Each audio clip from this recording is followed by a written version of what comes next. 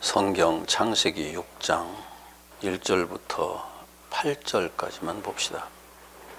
창세기 6장 1절부터 8절까지 한 목소리를 같이 봅시다. 사람이 땅 위에 번성하기 시작할 때에 그들에게서 딸들이 나니 하나님의 아들들이 사람의 딸들의 아름다움을 보고 자기들이 좋아하는 모든 여자를 아내로 삼는지라. 여호와께서 이르시되 나의 영이 영원히 사람과 함께하지 아니하리니 이는 그들이 육신이 됨이라. 그러나 그들의 날은 120년이 되리라 하시니라. 당시에 땅에는 네피림이 있었고 그 후에도 하나님의 아들들이 사람의 딸들에게로 들어와 자식을 낳았으니 그들은 용사라 고대의 명성이 있는 사람들이었더라. 여호와께서 사람의 죄악이 세상에 가득함과 그의 마음으로 생각하는 모든 계획이 항상 악할 뿐임을 보시고 땅 위에 사람 지으셨음을 한탄하사 마음에 근심하시고 이르시되 내가 창조한 사람을 내가 지면에서 쓸어버리되 사람으로부터 가축과 기는 것과 공중의 새까지 그리하리니 이는 내가 그것들을 지었음을 한탄함이니라 하시니라.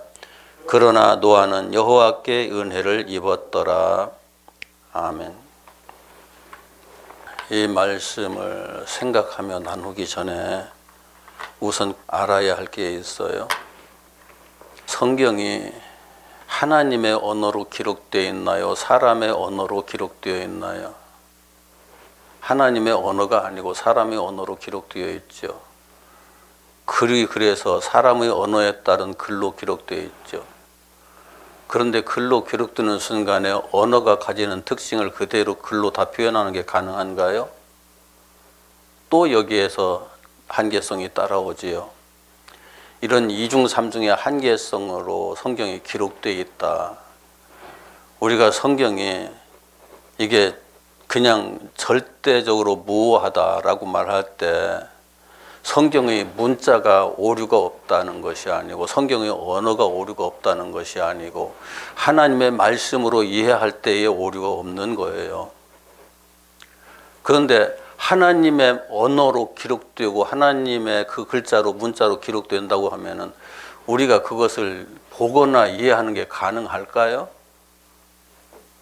우리는 우리 사람의 글도 다 몰라요. 사람의 언어도 다 몰라요. 그런데 하나님의 언어는 우리가 입으로 이렇게 표현하는 언어와 같은 언어는 분명히 아닐 거예요. 하나님은 신이시기 때문에 우리 같은 물리적 존재가 아니기 때문에 우리가 실어증만 생겨도 말을 못 하잖아요. 그리고 폐 기능이 제대로 작동하지 않으면 언어를 구사할 수가 없잖아요. 우리의 언어는 폐 기능이 제대로 작동을 하고 목에서 이게 성대가 제대로 작동을 해야만 말을 할 수 있거든요. 언어를 구사할 수 있거든요. 그런데 그게 안 되면 언어를 구사할 수가 없어요. 어려서부터 다른 사람의 말을 들어본 적이 없는 사람도 말을 못해요. 그런 언어의 한계성을 가지고 있어요. 그런데 우리의 언어는 모든 것을 다 표현하지를 못한다고요. 어떤 것도.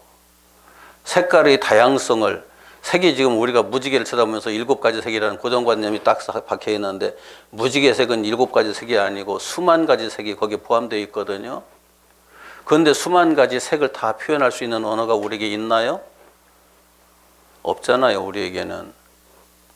뿐만이 아니죠. 우리는 의성어들을 많이 써요. 의성어는 어떤 언어로서 그걸 표현할 수 없을 때 그걸 흉내내 가지고 대굴대굴 굴러간다. 이 대굴대굴이라는 말은 그 의성어거든요. 그런데 대굴대굴이라는 말은 우리 한국 사람만 쓰는 의성어예요. 다른 나라에서는 대굴대굴 안 써요. 우리는 총소리를 흉내낼 때 빵 하고 그렇게 흉내를 내잖아요. 이것도 의성어예요. 그런데 다른 나라에서는 빵이라는 소리 안 써요. 영어로는 boom이라고 그러죠. 이런 것들이 전부 다 문화마다 다 달라요. 그런 언어를 우리가 다 이해하고 있지도 않고 그러기 때문에 우리가 가지고 있는 언어가 얼마나 많은 한계성을 가지고 있느냐를 이해를 해야 돼요. 그런 언어로 성경이 기록되어 있어요. 왜요?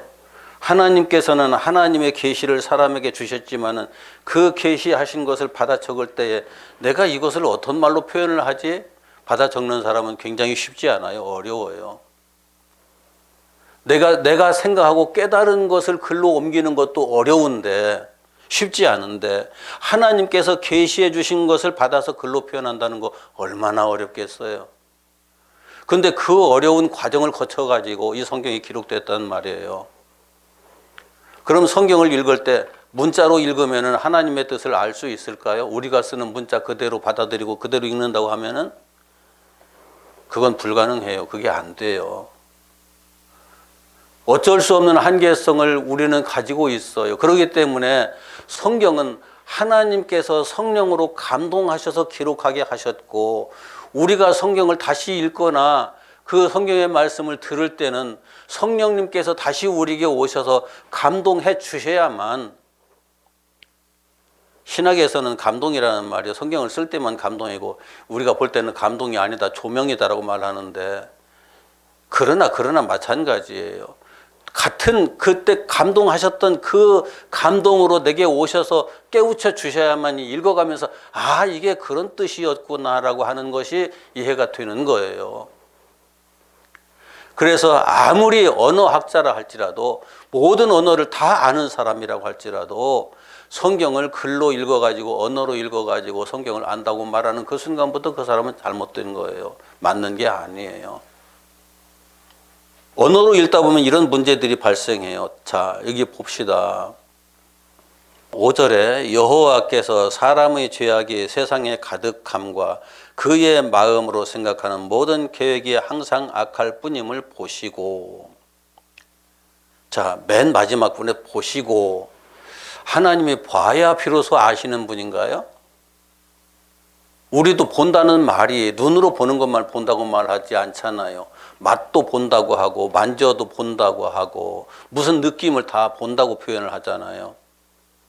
그런데 하나님은 뭘 느껴야만 비로소 아시는 분인가요? 그런 분이 아니잖아요. 그분은 신이잖아요. 우리가 신을 이해하는 게 쉽지가 않아요. 우리는 시간과 공간의 한계성 속에 있는 사람이에요. 잘 들으세요. 시간과 공간의 한계성 속에 있기 때문에 나는 이 자리에서 지금 현재 보고 느끼는 것 이외에 다른 것은 알 수가 없어요. 터키에서 지진이 그렇게 났다고 해도 요즘은 튀르키예라고 이름 바꿔서 그 본토인들이 부르는 이름 그대로 쓰잖아요. 옛날엔 터키라고 그랬어요. 그 어마어마한 지진이 났어도 우리는 모르고 그냥 쿨쿨 잤어요. 그리고 나서 거기에서 지진이 났다고 이제 점점 이제 전파를 통해서 이제 들려오니까 우리가 아, 지진 났나 보다 하고 TV를 통해서 이제 영상들이 전해오니까 아, 이 굉장히 참혹하네 생각을 하는 거예요. 그런데 이 매스컴이 발달하기 전에는 그 소식이 우리나라에 오기까지 얼마나 걸릴까요? 걸어서 움직이는 사람들의 입을 통해서 전달된다고 하더라도 아마 몇 년은 걸려야 될 수 있을 거예요. 그러나 그게 전파가 그렇게까지 될까요? 조금 가다가 다 사그러들고 말겠죠. 우리에겐 올 일이 없겠죠. 우리가 가지고 있는 한계성이에요. 지금 문명을 발전시켜가지고 터키에서 일이 일어나자마자 바로 전파를 타고 전 세계에 퍼지니까 전 세계 사람들이 같이 알게 되는 건데 그것도 우리가 들음으로써 비로소 이해하는 거예요. 텔레비전 화면을 보면서 비로소 이해를 하는 거예요. 그런데 하나님이 듣고 보면서 비로소 이해하는 그런 분일까요? 하나님은 우리처럼 한 시간, 한 공간에 매여 있는 분이 아니에요. 그래서 안 계신 곳이 없는 분이라는 표현을 쓰잖아요. 안 계신 곳이 없는 분. 안 계신 곳이 없다면 물리적 존재일까요? 물리적인 존재는 결코 하나님이 될 수 없어요. 하나님일 수가 없어요. 왜요? 내가 어디까지 가봐야 비로소 아니까. 어디까지 가서 보고 듣고 느껴봐야 아니까. 그런데 하나님은 어디까지 갈 필요가 없어요. 왜요? 안 계신 곳이 없으니까 온 우주에 꽉 차고 있을 뿐만 아니라 이 우주를 창조하신 그분이니까. 우주를 손바닥 안에다 놓고서 들여다본다. 이것도 맞는 비유는 아니에요. 그러나 하나님 안에 모든 게 다 있어요. 그런데 참 이렇게 표현하는 것도 안 맞아요. 내 안에서 이루어지는 일을 내가 아나요? 제가 지금 편두통이 있어가지고 편두통 때문에 애를 먹어요. 아직까지도 지금 완전히 해결이 안 됐는데 편두통이 왜 일어나는지 몰라요. 내가 내 몸임에도 불구하고 의사들도 그렇게 의사들 많은 걸 연구를 해도 편두통이 어떤 원인에 의해서 발생하는지 지금 밝혀내지를 못하고 있어요. 그 현상만을 보고서 현상을 추적해가면서 아, 이렇게 하면 편두통이 이렇게 완화되는구나 하는 것까지만 이해하고 있을 뿐이에요. 인간의 한계성이에요. 여러분들이 먹은 음식이 뱃속에서 어떻게 소화되는지 지금 알고 있나요? 느끼고 있나요? 아침에 먹은 밥이 내 뱃속에서 어떻게 소화되고 지금 어디까지 갔구나 이해를 하고 있나요? 아니잖아요. 모르잖아요. 전혀 모르잖아요. 뱃속에서 소화되다가 탈이 나면은 이게 비로소 아프게 시작하면 문제가 있구나. 비로소 그때 알잖아요. 그런데 여러분 이것 하나를 기억하세요. 내 눈이 있다는 것이 의식되는 그 순간 눈에 문제가 생긴 거예요. 내 귀가 있다라고 의식되는 그 순간 귀에 문제가 생긴 거예요.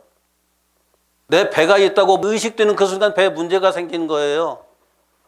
어디가 의식되는 그 순간에 거기에 문제가 생겼기 때문에 문제가 생긴 것을 나한테 신호를 보내면서 여기 문제가 있어라고 알려주는 거거든요.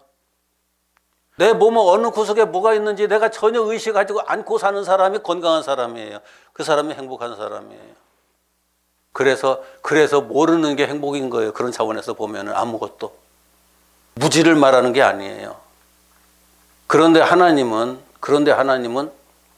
모르는 것이 없는 분이시죠. 우리는 세균도 현미경을 대고 들여다 봐야만이 알 수 있어요. 곰팡이가 어떻게 펴서 어떻게 성장하는지 전자현미경 들여다 대놓고 이렇게 보면은 그것이 크는 모습도 보이고 그것이 번져가는 모습도 보여요. 그런데 그냥 눈으로 보면 안 보이죠, 절대. 현미경이라는 걸 만들었다는 것이 인간의 지혜예요. 그런데 그런 도구를 사용해서도 볼 수 있는 게 또 한계가 있어요. 어떤 것도 다 그래요. 인간은 그 한계성 속에서 지금 살고 있어요. 어마어마한 한계성 속에서 살고 있어요. 그 어마어마한 한계성이 나에게도 있다고 인정을 해야 비로소 우리들은 배우기 시작해요.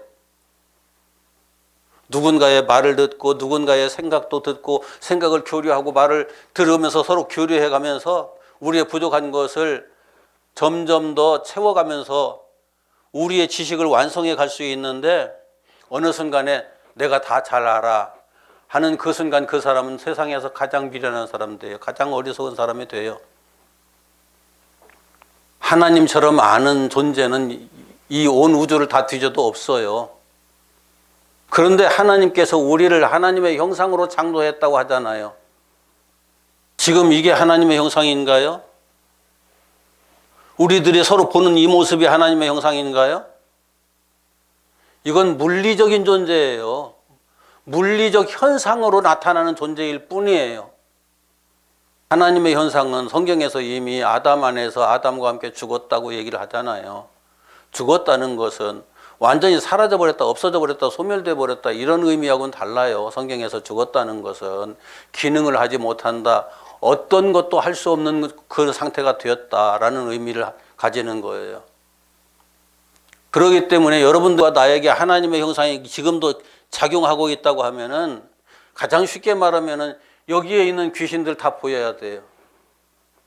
여기에 있는 모든 것들, 눈에 보이는 것, 보이지 않는 것 다 확인할 수 있어야 돼요.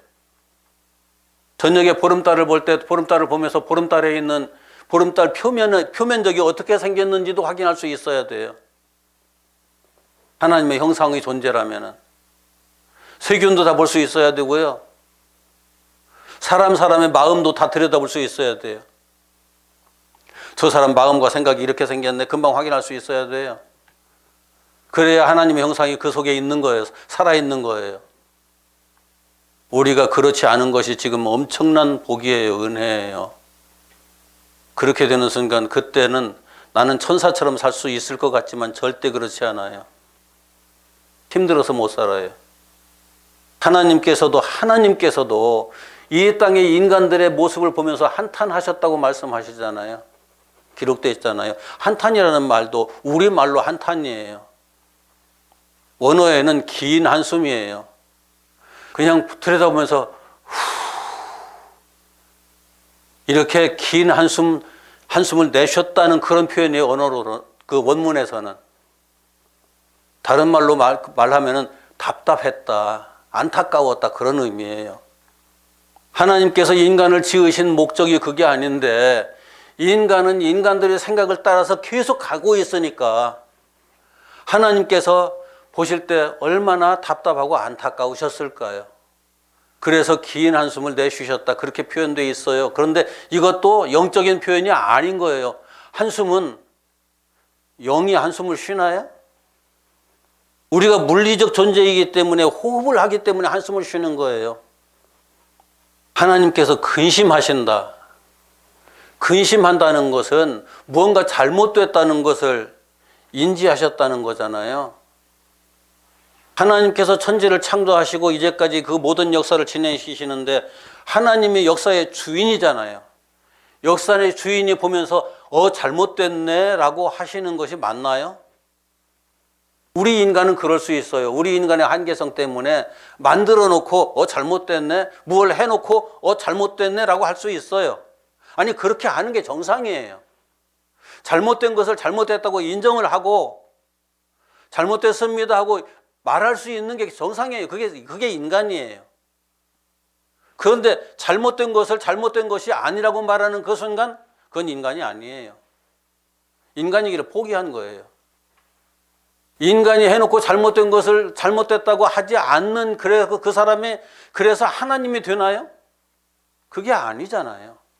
여전히 인간이잖아요. 여전히 인간임에도 불구하고 자기가 인간이기를 포기한 거죠. 더 나은 존재가 되기를 포기한 거죠. 하나님이 잘못됐다고 생각하시는 것이 아니라 인간이 사탄의 생각을 따라서 계속하는 그 모습을 보면서 안타까워하시는 거예요. 하나님께서는 그렇게 가면 안 된다고 계속 말씀을 하시지만 그 말씀을 못 알아듣는 거예요. 이해를 하지 못하는 거예요.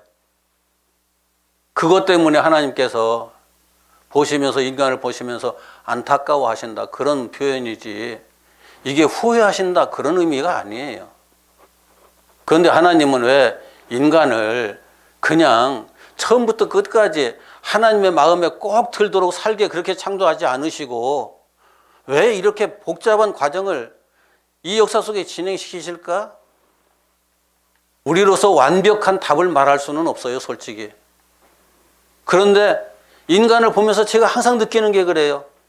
인간은 너나 할 것 없이 똥인지 된장인지 찍어 먹어봐야 하는 존재이기 때문에 살아봐야만, 그렇게 해봐야만 거기에 문제가 있다는 것을 깨닫는 존재이기 때문에 하나님께서 인간으로 하여금 하나님께 전적으로 자신을 맡길 수밖에 없는 존재라는 걸 확인하기 위해서, 스스로 깨닫게 하기 위해서 그런 존재가 되게 하셨다. 죄와 사망의 존재가 되게 하셨다. 그렇게밖에 이해할 수가 없어요. 저로서는. 지금의 저로서는 그래요. 그런데 어떤 사람은 참 재미있죠. 이게 독약도 보약이라고 자꾸 우겨대면은 그게 독약인지 모르니까 마셔요. 그냥. 보세요. 10사람이 한 사람 밥을 만드는 거 순식간이에요. 10사람이 똑같이 뺑 돌려 서가지고 한 사람 가운데다 놓고, 정말 미인인데 너 미인 아니야. 여기도 못 낳고 여기도 못 낳고 여기도 못 낳고 여기도 못 낳았어. 10사람이 똑같은 소리를 계속 해보세요. 그 사람이 자기 자신을 미인이라고 생각 계속할 수 있을까요? 못해요. 한 사람의 말 같으면 의심을 해볼 수 있지만 2사람이 똑같은 말하고 3사람이 똑같은 말하고 10사람이 똑같은 말 안 해요? 그러면 그게 어느 순간 진리가 돼버리고 말아요. 인간이 가지고 있는 이 특징이에요. 왜요? 인간은 전지한 존재가 아니잖아요. 전능한 존재가 아니잖아요. 양귀비가 그렇게 예쁘다고 우리가 얼마나 많이 들었어요. 그죠? 양귀비가 그렇게 예쁘다고. 그런데 옛날 중국의 문헌들을 보면은 양귀비가 그렇게 미인이 아니에요. 요즘 우리말로 하면은 그냥 몸이 풍부한 사람이면서 얼굴은 그냥 보통이에요. 그런데 시인들의 중국의 문헌들에서 확인할 수 있는 것이 양귀비는 굉장히 지혜로운 사람이에요. 지혜로운 사람일 뿐만 아니라 말을 굉장히 잘하는 사람이에요. 같이 대화를 하다 보면은 금방 그 말 속에 푹 빠져들면서 거기에 공감하고 그런 사람이었어요. 미인이라는 말은 잘못 와전된 거예요. 워낙 많은 사람이 그 여자가 참 아름답다는 것은 겉모습만 아름답다는 것을 의미하지는 않잖아요, 우리가. 옛날에 장 보러 간다라는 표현을 많이 썼거든요. 장 보러 간다. 그럼 장에 가서 눈으로 휙 둘러서 보고 오기 위해서 가는 거예요? 장 보러 가는 게 뭐 하러 가는 거예요? 장에 가서 내가 팔 거 있으면 가지고 나가서 팔고, 살 거 있으면 사고, 그리고 오는 것을 장 보러 간다고 얘기를 하잖아요. 그런데 요즘 사람들 참 단순해요. 장 보러 간다고 그러면 아이 쇼핑 정도로만 이해를 해버리고 말아요, 사람들이. 요즘 사람들이. 한글을 몰라도 너무 모르니까 그런 생각을 하는 거예요. 볼일 보러 간다. 볼일을 어떻게 봐요? 일을 해야죠. 보러 간다는 건 한다는 의미까지 포함되어 있는 거거든요.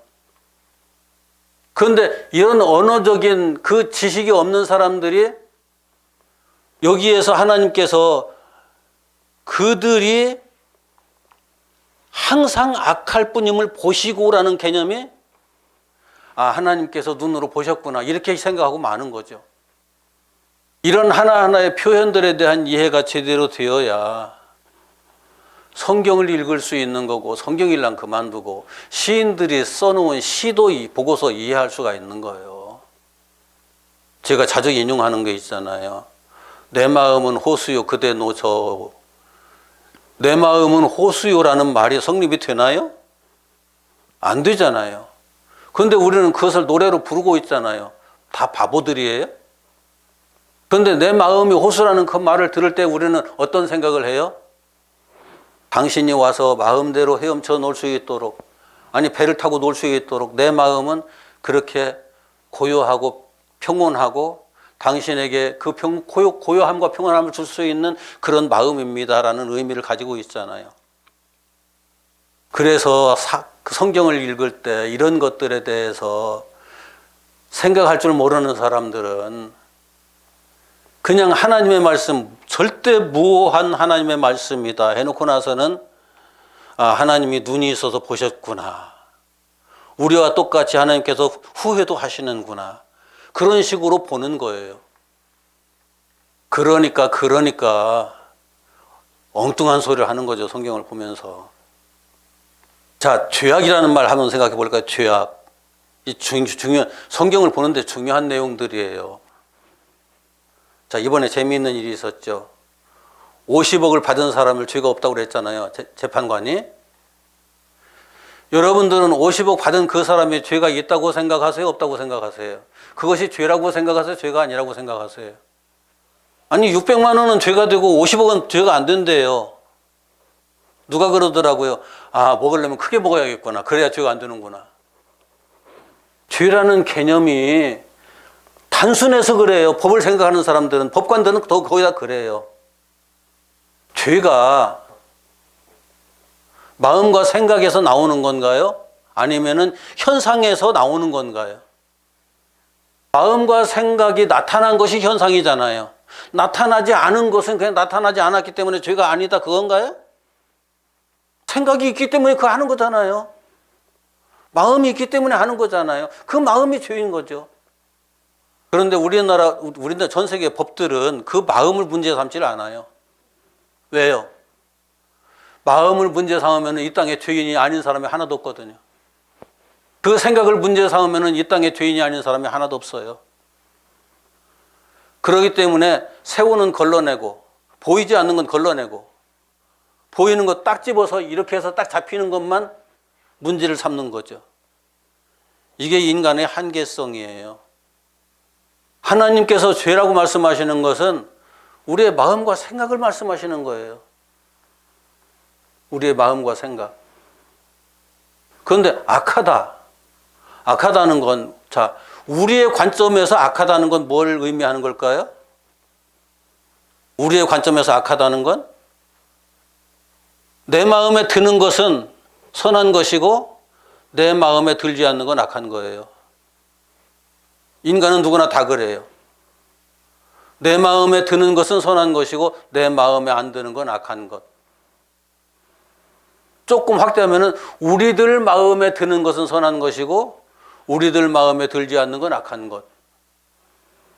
공산주의자들은 공산주의적 가치관에 볼 때 맞는 것은 선한 것이고 공산주의적 가치관을 볼 때 맞지 않는 건 악한 거예요. 자본주의자들은 자본주의적 가치관에 맞는 것은 선한 것이고 자본주의적 가치관에 맞지 않는 건 악한 거예요. 그런데 공산주의, 자본주의 어느 게 절대적이에요? 절대적인 게 있어요? 없잖아요. 상대적인 것을 가지고 서로 붙잡고 네가 악하다, 내가 선하다, 아니야 네가 악해, 내가 선해, 그런 식으로 싸우고 있는 거죠. 자, 하나님이, 창조주 하나님이 독재를 해보세요. 누가 악하다고 할까요? 창조주 하나님이 독재를 하시면은 창조주 하나님 자체가 완전한 선이시기 때문에 악이라는 게 있을 수가 없어요. 그런데 창조주 하나님께서 독재를 하시면은 불편한 자가 있어요. 누가 불편할까요? 사탄이 불편해져요. 악한 생각을 가지고 있는 자들이 불편해져요.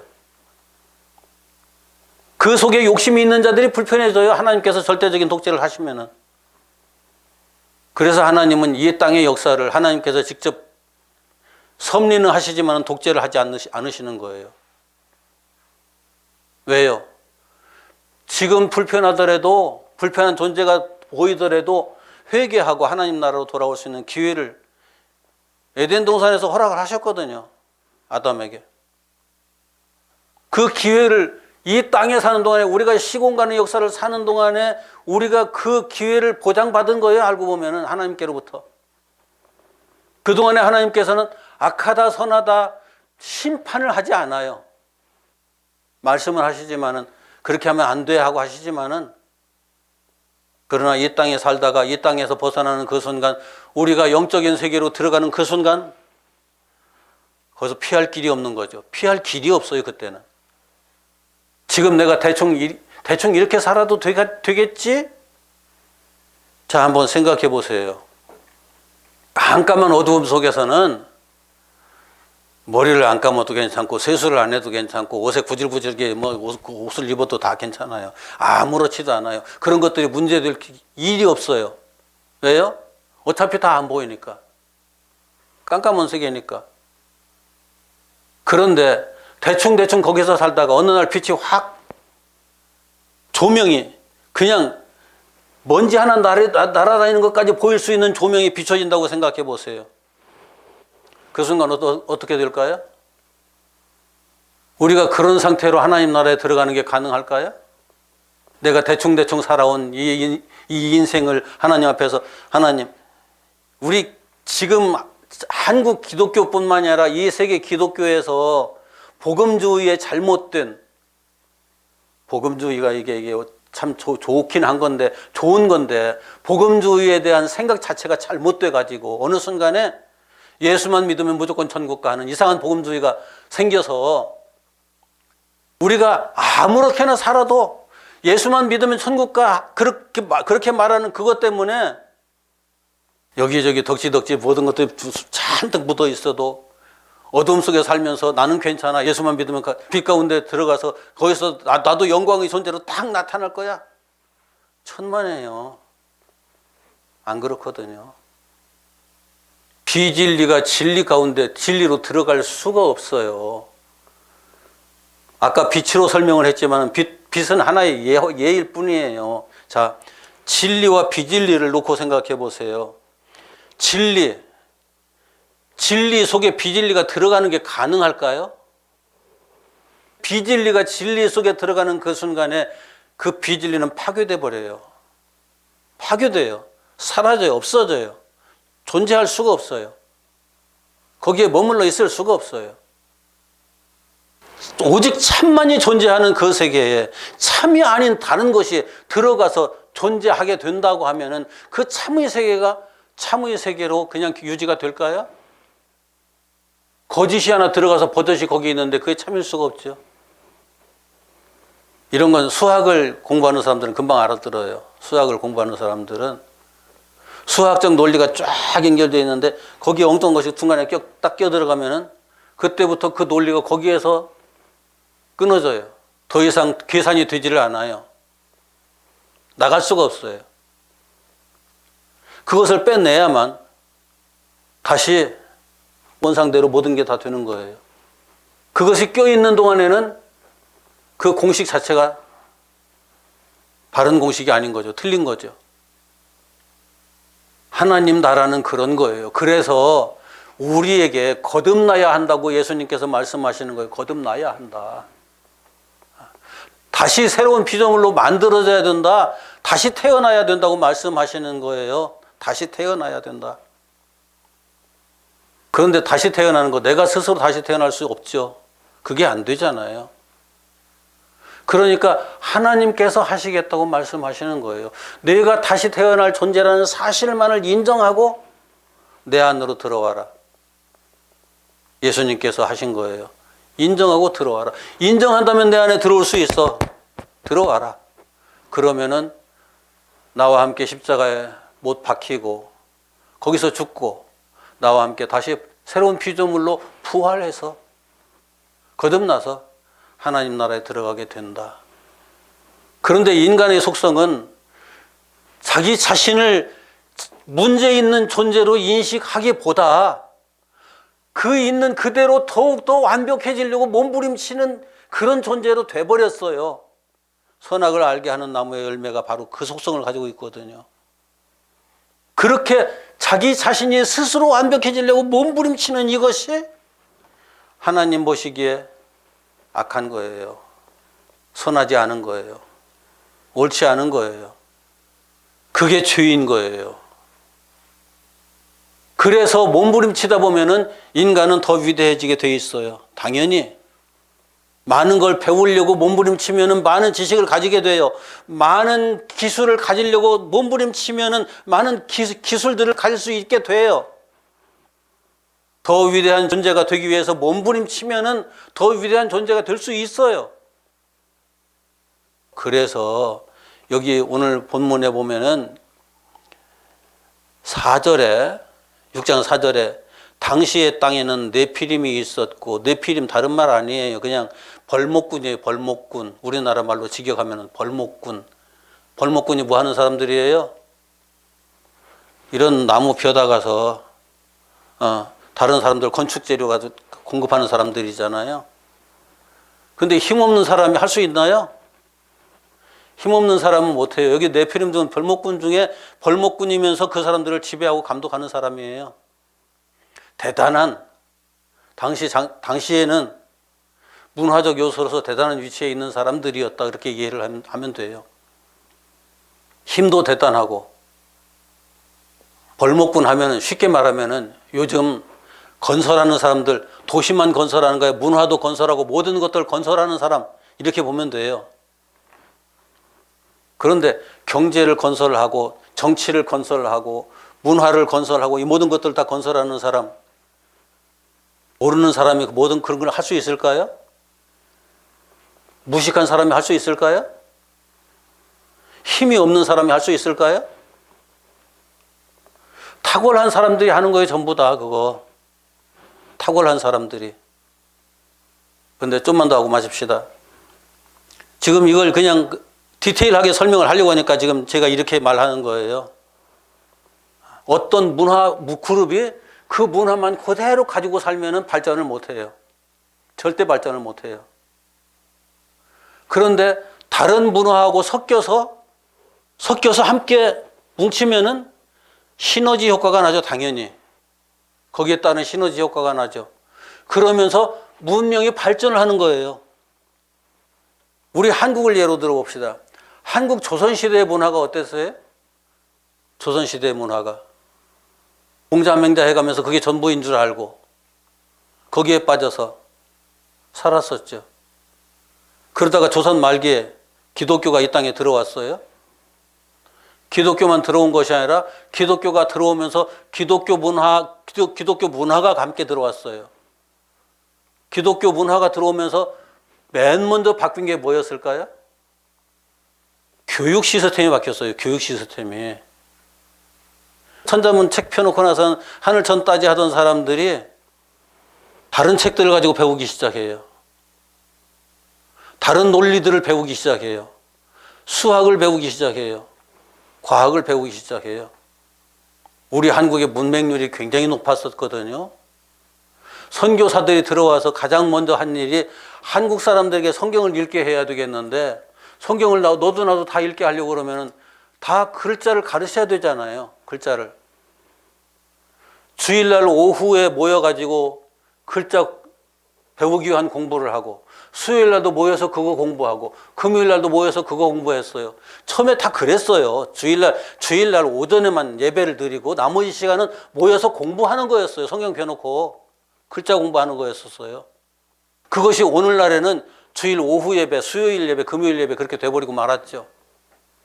모일 때마다 찬송하고 기도하는 거 기본적으로 했고, 그러면서 이제 공부를 했으니까. 그래서 교회 다니게 시작하면은 문맹에서 벗어나기 시작하는 거예요. 문맹에서. 글자를 읽을 수 있는 사람이 되는 거예요. 글을 읽는다는 게 얼마나 큰 권력인지 몰라요. 여러분들 그 이해를 못하죠. 지금으로서는.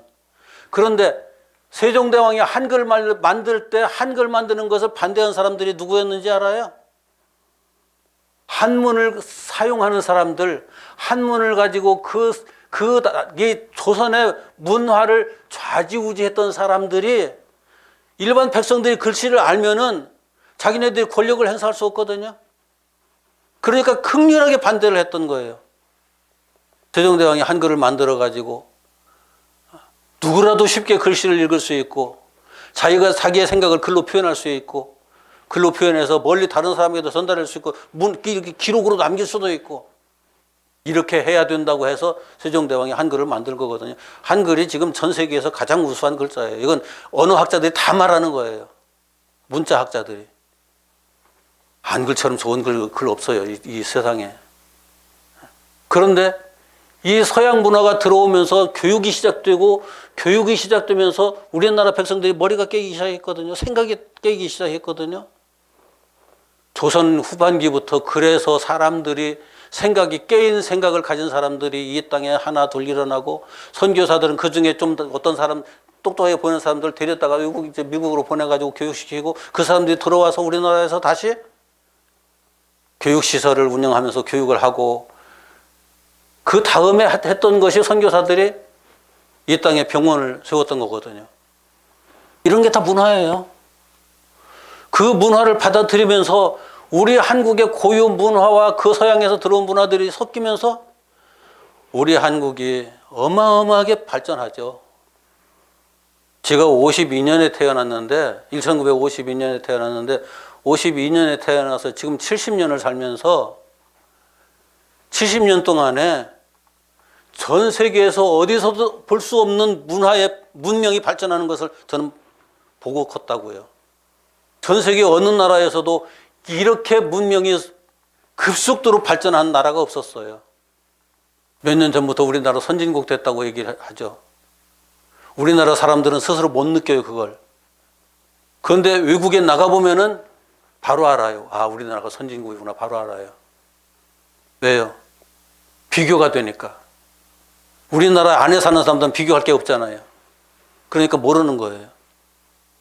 그래서 우리가 눈을 뜨려고 그러면은 외국에 나가지는 않더라도 책이라도, 외국에서 들어온 책이라도, 텔레비전이라도 그런 문명들에서 보면서, 아, 저 나라는 저렇게 사는구나, 우리는 이렇게 사는구나 하는 것들이 자꾸 비교하면서 볼 수 있는 시간들을 가지면은 우리가 얼마나 행복하게 사는지 알 수 있을 거예요.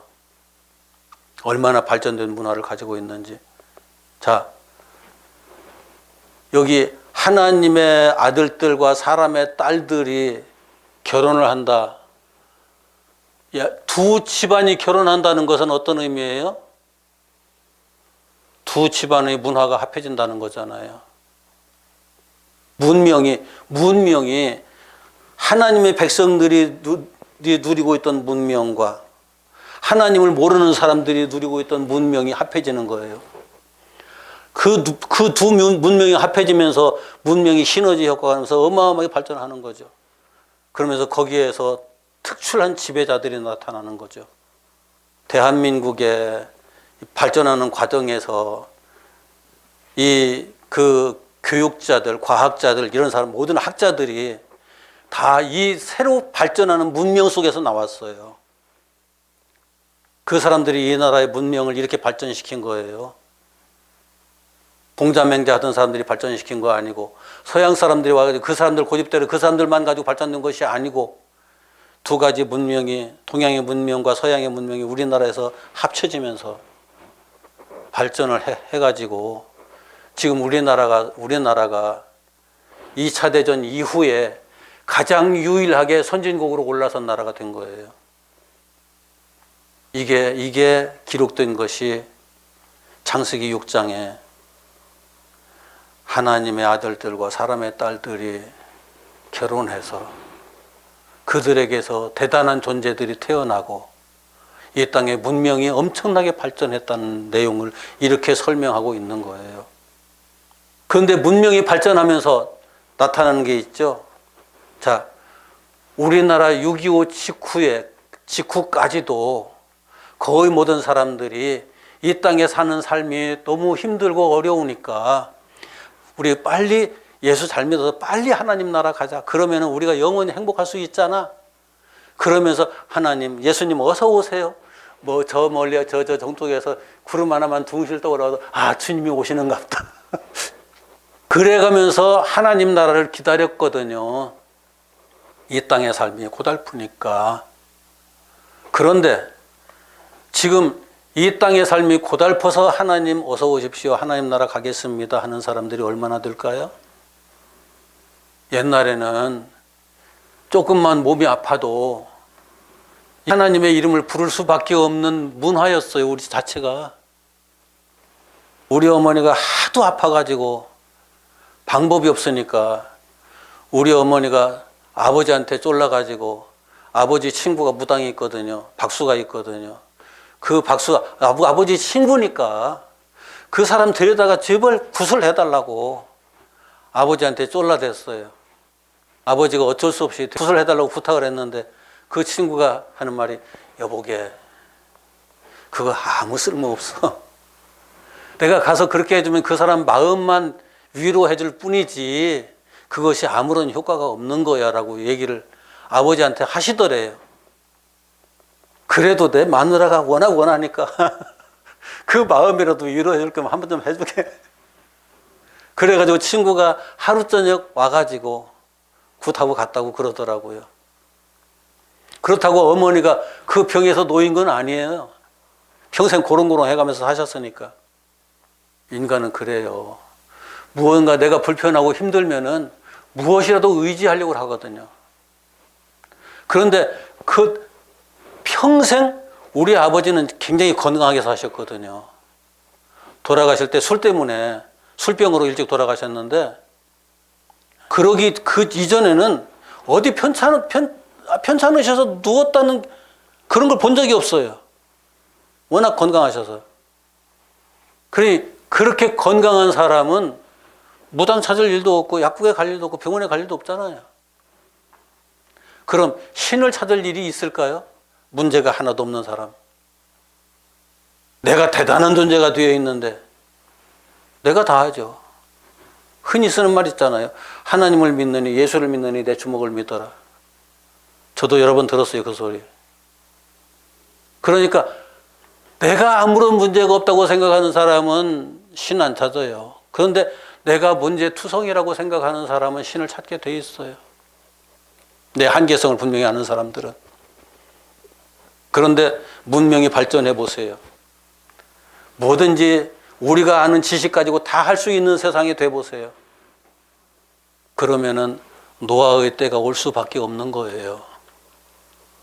더 이상 하나님 찾는 사람이 없으니 아무리 눈 씻고 찾아봐도 더 이상 하나님 나라, 내 나라에 들어올 존재가 없구나. 그러면 하나님께서 포기하시잖아요.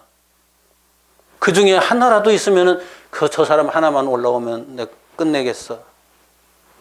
노아 때는 그 다음의 역사를 이어가야 하니까 노아의 가족을 살려 두셨어요. 그런데 앞으로 그때가 되는 날은 또 다음의 역사를 이어갈 필요가 있을까요? 모르죠. 그것은 저는 알 수 없어요. 그런데 언젠가는 반드시 노아의 때와 같은 그때가 온다. 이 세상 종말의 때가 온다. 그런데 제자들이 그걸 궁금해서 예수님께 물어봤거든요. 그 종말의 때가 언제입니까? 너희 알 바 아니야. 예수님께서 말씀하셨어요. 너희 알 바 아니야. 너희들은 내 증인이 되어서 살아. 그것이면 좋게. 그런데 요즘 교회에서 이상한 소리를 자꾸 하고 있어요. 언제 어느 때 그 종말이 온다는 얘기 자꾸 하고 있어요. 이단자들이 그 얘기 하다가서 그 거짓말이 되고 거짓말이 된 일들이 수없이 많았거든요. 그런데 여전히 또 거짓말이 될 그 얘기를 또 하고 있어요. 언제 어느 때 이런 종말이 온다는 말을 하는 그 순간에 거짓말이다. 왜요? 예수님이 말씀하셨거든요. 그건 너희 알 바 아니다. 알 필요가 없다.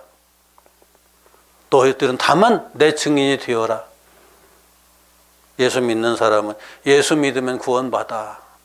내가 구원받으면 종말이 내일 오든 모레 오든 오늘 당장 오든 상관없잖아요. 내가 구원받지 못할 존재가 되어서 종말이 온다는 게 문제지요. 그런데 이 세상의 종말이 오는 게 가까울까요? 나의 종말이 오는 게 가까울까요? 나의 종말을 생각해 보세요. 그러면은 내가 하나님께 부름 받을 날이 얼마 남지 않았는데 내가 이렇게 살아 되겠나 하는 생각을 할 수밖에 없잖아요. 하나님은 우리에게 그렇게 살라는 거예요. 그렇게. 이 땅에 사는 게 영원한 줄 알고 어떻게 하면 좀 더 건강해질까, 어떻게 하면 좀 더 잘 먹을까, 잘 마실까, 잘 입을까 그런 생각하고 살다가는 하나님 앞에 어느 순간 오늘이라도 터키에서 이번에 지진 났잖아요. 지금 몇십만 명 죽게 생겼어요. 나중에 시체로 다 이제 나오겠지만은 그 사람들이 내일 이 땅에 종말이 올 것이다 생각하고 그 지진을 맞이했겠어요. 우리나라는 다행히 그런 면에서 지진에 좀 취약한 땅은 아니에요. 일본은 얼마 전에도 그렇게 지진을 당했잖아요.